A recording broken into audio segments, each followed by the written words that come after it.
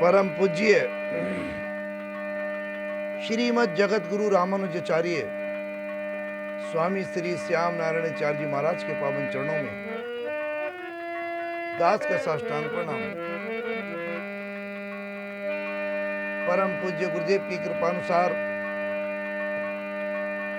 गोस्वामी तुलसीदास जी महाराज कृत श्री रामचरितमानस के बालकांड से प्रसंग लिया गया है।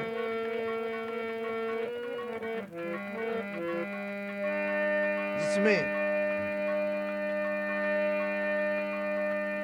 माता सती का जन्म दुर्गा भवानी पार्वती के रूप में राजा हिमाचल और मैना के यहाँ होता है।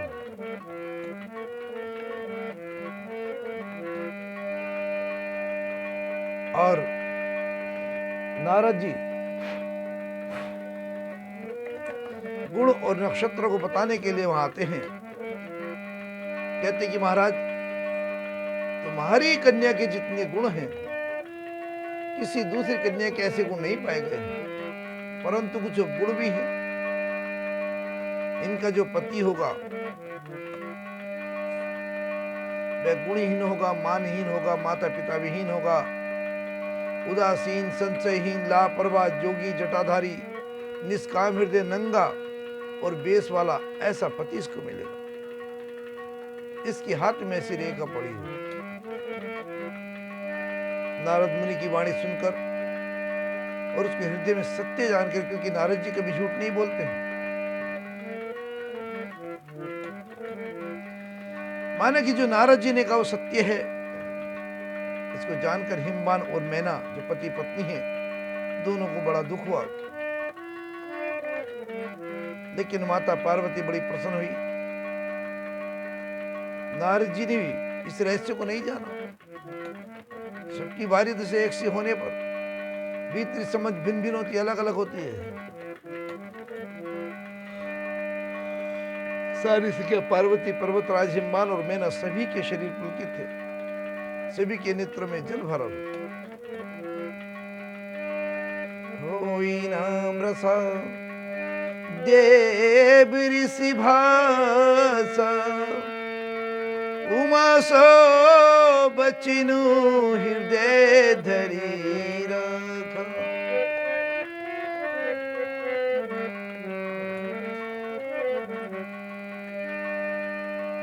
देवर्षि के वचन असत्य नहीं हो सकते। ये विचार कर पार्वती ने उन वचनों के हृदय में धारण कर लिया। उन्हें शिव जी के चरण कमलों में स्नेह उत्पन्न होया, परंतु मन में संदेह हुआ कि उनका मिलना कठिन है। अवसर ठीक न जानकर उमा ने अपने मन की बात को, अपने प्रेम को छिपा लिया और फिर वे सखी की गोद में जाकर बैठ गई। देवर्षि की वाणी झूठी नहीं होगी, ये विचार कर हिमवान और मैना सारी चतुर सखियां चिंता करने लगी। फिर हृदय में धीरे धर कर पर्वतराज ने कहा, नाथ, कहिए अब क्या उपाय किया जाए।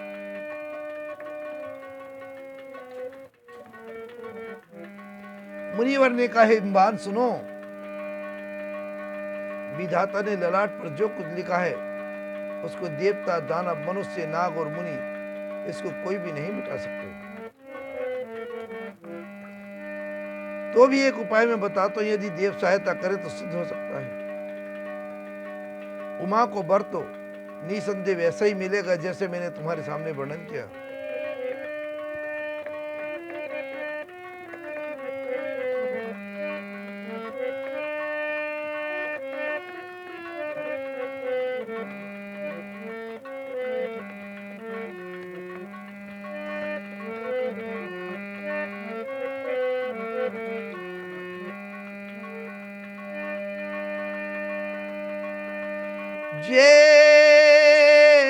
जेवर के जेवरी के दोष बखाने, ते सब शिव पही में हनुमाने। जो विवाहु शंकरी सन होई,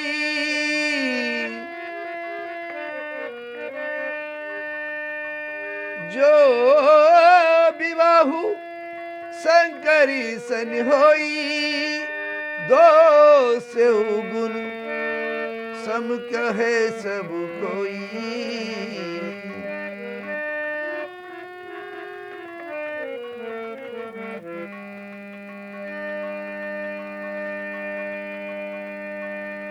कहा कि देखिए जो जो मैंने कहा है, जो जो दोष बतलाए हैं, मेरे अनुमान से वे सभी शिव जी में हैं। यदि शिव जी के साथ विवाह हो जाए तो दोषों की भी सब लोग गुणों के समान कहेंगे। किसी पिक्चर में अगर कोई हीरो किसी पुलिस को भी मारता तब भी हीरो है, गलत काम करता तब भी हीरो है, इसलिए भगवान हीरो हैं। ये सब जो मैंने अवगुण कह के कहे हैं, ये सब चीजें, ये सब गुण और अवगुण भगवान शिव के अंदर है। अगर उनकी पूजा करो और वो तुम्हें वर्ण कर ले तो तभी तुम्हारा ये शाप उतर सकता है। और बुरे को भी अच्छा कहते हैं। गंगा जी में शुभ और अशुभ सभी प्रकार का जल बहता है, पर कोई उसे पवित्र नहीं कहता। सूर्य अग्नि गंगा जी की भांति समर्थ को कुछ दोष नहीं लगता।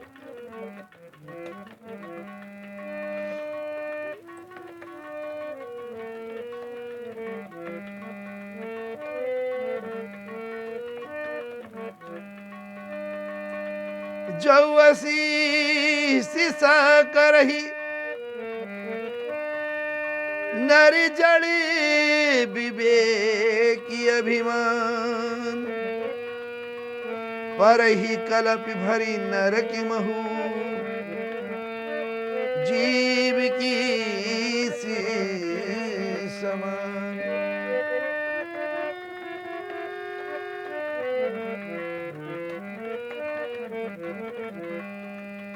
यदि मूर्ख मनुष्य ज्ञान के अभिमान से इस प्रकार हुड़ करते हैं तो वे कल भर के लिए नरक में पड़े रहते हैं। भला कहीं जीव भी ईश्वर के समान सर्वथा स्वतंत्र हो सकता है? गंगा जल से बनाई हुई मदिरा को जानकर संत लोग कभी उसका पान नहीं करते, पर वही गंगा जी में मिला दी जाए जैसे पवित्र हो जाती है। ईश्वर और जीव में वैसे ही भेद है।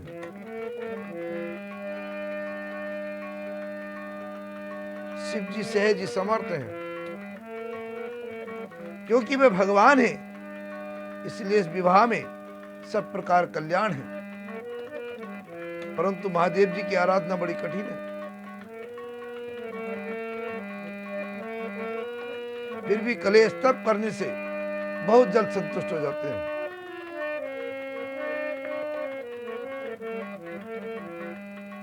यदि तुम्हारी कन्या तप करे तो त्रिपुरारी महादेव जी होनहार को मिटा सकते हैं। यद्यपि संसार में वर अनेक है, पर इसके लिए शिव जी को छोड़कर दूसरा वर नहीं है। शिव जी वर देने वाले, शरणागतों के दुखों का नाश करने वाले, कृपा के समुद्र और सेवकों के मन को प्रसन्न करने वाले हैं।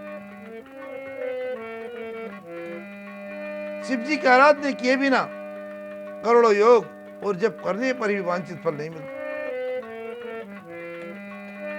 ऐसा कि अगर भगवान के स्मरण करके नारद जी ने पार्वती जी को आशीर्वाद दिया और कहा कि हे पर्वतराज, तुम संदेह का त्याग कर दो, अब ये कल्याण ही होगा। ये कहकर नारद मुनि ब्रह्मलोक को चले गए। अब आगे जो चरित्र हो उसे सुनो।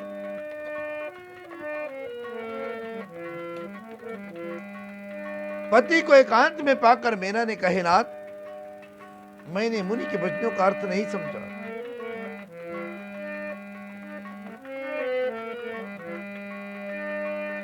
जो घर बरु कुल होई अनुपा,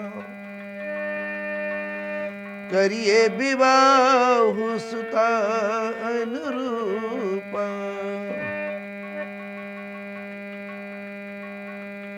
न ते कन्या बरु रहु कुमारी, कत्यु मामम प्राण प्यारी, जो न मिलही बरहु गिरि जही जोगु, गिरि जड़ सहज कही सब लोग। जो हमारी कन्या के अनुकूल घर बर और कुल उत्तम हो तही विवाह कीजिए, नहीं तो लड़की चाहे कुमारी रहे, मैं अयोग्य वर के साथ उसका विवाह नहीं करना चाहता। क्योंकि हे स्वामिन, पार्वती मुझको प्राणों के समान प्यारी है। यदि पार्वती के योग्य वर नहीं मिला तो सब लोग कहेंगे कि पर्वत स्वभाव से ही जड़ होते हैं, मूर्ख होते हैं।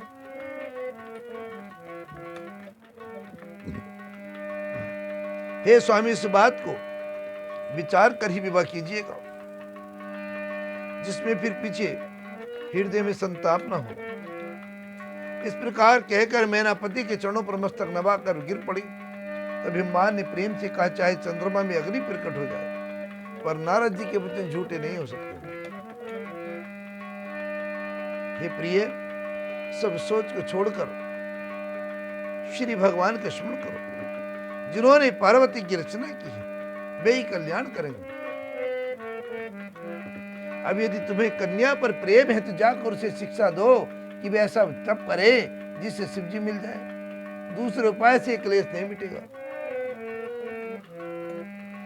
नारद जी के वचन रहस्य से युक्त और कह कारण सकारण है, और शिव जी समस्त सुंदर गुणों के भंडार है।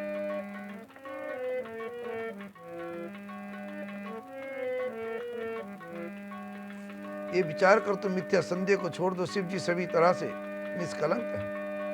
पति के वचन सुन मन में प्रसन्न होकर मैना उठकर तुरंत पार्वती के पास गई और पार्वती को देखकर उसकी आंखों में आंसू भर आए। उसे स्नेह के साथ गोद में बिठा लिया, फिर बार बार उसे गोद में हृदय में लगाने लगी। प्रेम से मैना का गला भर आया, कुछ कहा नहीं जाता। जगजननी भवानी तो सर्वज्ञ ठहरी। माता के मन की दशा को जानकर माता को सुख देने वाली कोमल वाणी से बोली, सुनहि मां तुम्हें दीन यस, सपन सुना बहु तो ही, सुंदर गोर सुभी प्रिवर असुपदे सहु मोही। क्या उपदेश दिया कि मां सुन, मैं तुझे अपने एक स्वप्न सुनाती हूं। मैंने एक स्वप्न देखा है कि मुझे एक सुंदर गौरवर्ण श्रेष्ठ ब्राह्मण ने ऐसा उपदेश दिया है कि हे पार्वती, नारद जी ने जो कहा है उसे सत्य समझकर तू जाकर तप कर। फिर ये बात तेरे माता पिता को भी अच्छी लगी।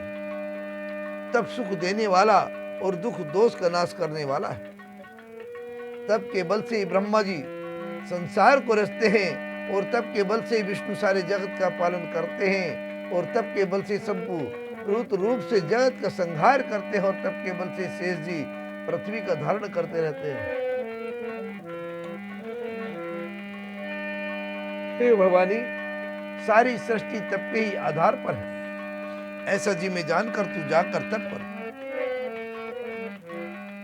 ये बात सुनकर माता को बड़ा आश्चर्य हुआ। उसने हिमान को बुलाकर वे स्वप्न सुनाया। माता पिता को बहुत तरह से समझाकर बड़े हर्ष के साथ पार्वती जी तप करने के लिए चल पड़ी, और प्यारे कुटुंबी पिता और माता सब व्याकुल हो गए। किसी के मुंह से बात नहीं निकल रही। तब वेद शिरा मुनि ने आकर उनको सबको समझाकर कहा। पार्वती जी की महिमा सुनकर सबको समाधान हो गया। उरिधरी उमा प्राणिपति चरिना, जाई बिपिनी लागी तप करीना।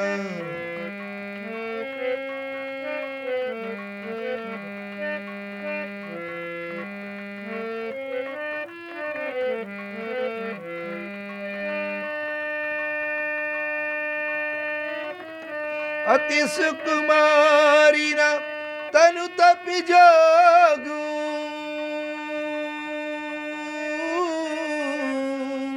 पति पदी सुन प्रीत जेऊ सब भोगु। राम सिया राम।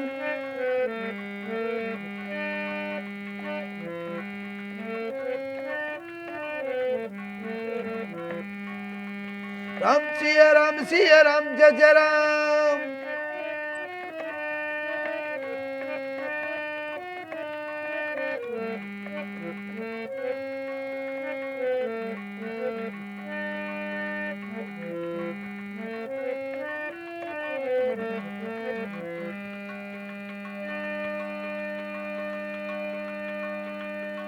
प्राणपति शिव जी के चरणों को हृदय में धारण करके पार्वती जी वन में जाकर तप करने लगी। पार्वती जी का अत्यंत सुकुमार शरीर तप के योग्य नहीं था, तो भी पति के चरणों का स्मरण करके उन्होंने सब भोगों को तज दिया। स्वामी के चरणों में नित्य अनुराग उत्पन्न होने लगा और तप में ऐसा मन लगा कि शरीर की सारी सुध बिसर गई। 1000 वर्ष तक उन्होंने मूल और फल खाए, फिर 100 वर्ष साग खाकर बिताए। उस दिन जल और वायु का भोजन किया, फिर कुछ दिन कठोर उपवास किया। जो बेलपत्र सूखकर पृथ्वी पर गिरते थे, 3000 वर्ष तक उन्हीं को खाया। जो स्थान बिल्वकेश्वर बना है, हरिद्वार में बड़ा सिद्ध स्थान है बिल्वकेश्वर महादेव। फिर सूखे पर्ण पत्ते भी छोड़ दिए, तभी पार्वती का नाम अपर्णा हुआ। तब से उमा का शरीर क्षीण देखकर आकाश से गंभीर ब्रह्मवाणी हुई। भयउ मनोरथी सुफली तब सुनु गिरिराज कुमारी।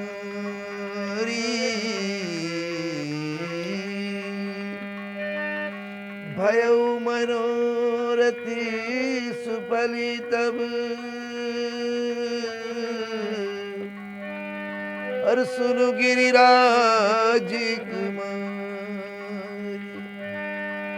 परिहर दुसे कलेस सब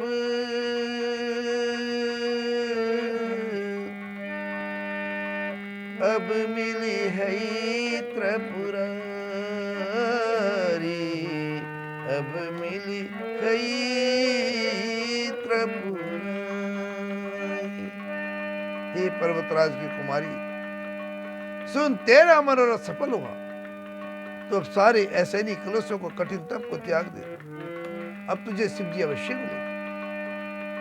हे भवानी, धीर मुनि और ज्ञानी बहुत हुए हैं, पर ऐसा कठोर तप किसी ने नहीं किया। अब तू ऐसे श्रेष्ठ ब्रह्मा की वाणी को सदा सत्य और निरंतर पवित्र जानकर अपने हृदय में धारण कर। जब तेरे पिता बुलाने को आवे, तब हट छोड़कर घर चली जाना, और जब तुम्हें सप्तऋषि मिले, तब इस वाणी को ठीक समझना।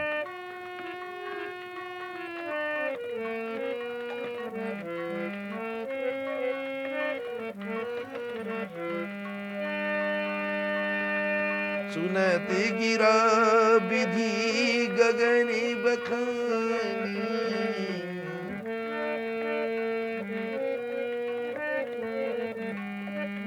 पुलकी गाति गिरिजा हरिसानी।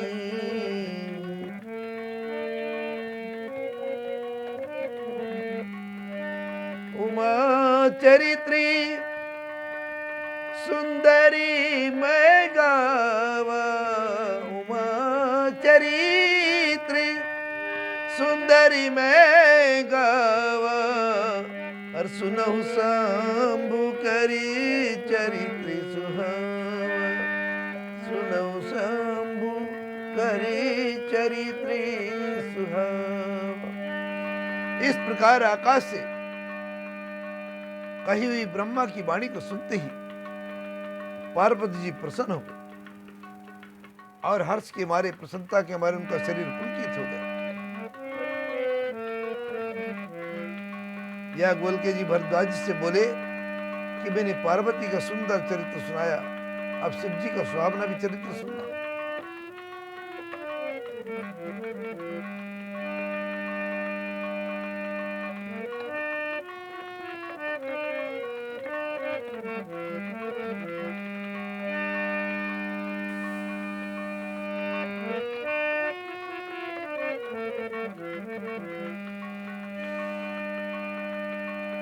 जब ते सती जाई तनु त्यागा, तब ते शिवी मनी भयउ बिरागा। जपहि सदा रघुनायक नामा, जहते सुनहि राम गुण ग्रामा।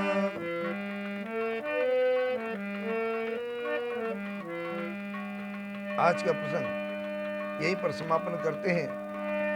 भगवान श्री रामचंद्र जी की आरती में सभी भक्त शामिल हों और प्रेम पूर्वक भगवान के स्मरण करें। आरित श्री रामायण जी कीर्त कलित ललित सियपी, गावती ब्रह्मा दिखि मुनि नारदी वाल्मीकि में, ज्ञानी विशारदी सुखि सनकादि शेषियरु सारदि, बरनी पवने सुत कीर्तिनी की आरती श्री राम। गावती वेदी पुराणी अष्टी छो शास्त्री सब, ग्रंथ निको रसी मुनि जन धनी संत, तनिको सरि बस सारियंसि सम, मति सबही की आरती।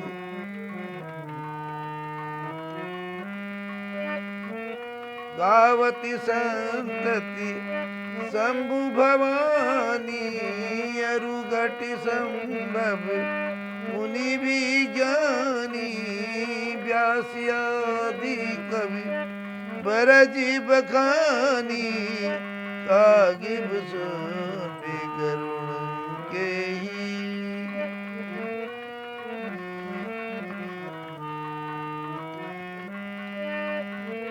कली मलि हरिणी विषरस फीकी, सुभगी सिंगारी मुक्ति जुबती की, दल निरोगी भव मूरी अमी की, ताति माति सब विधि तुलसी की आरती श्री राम।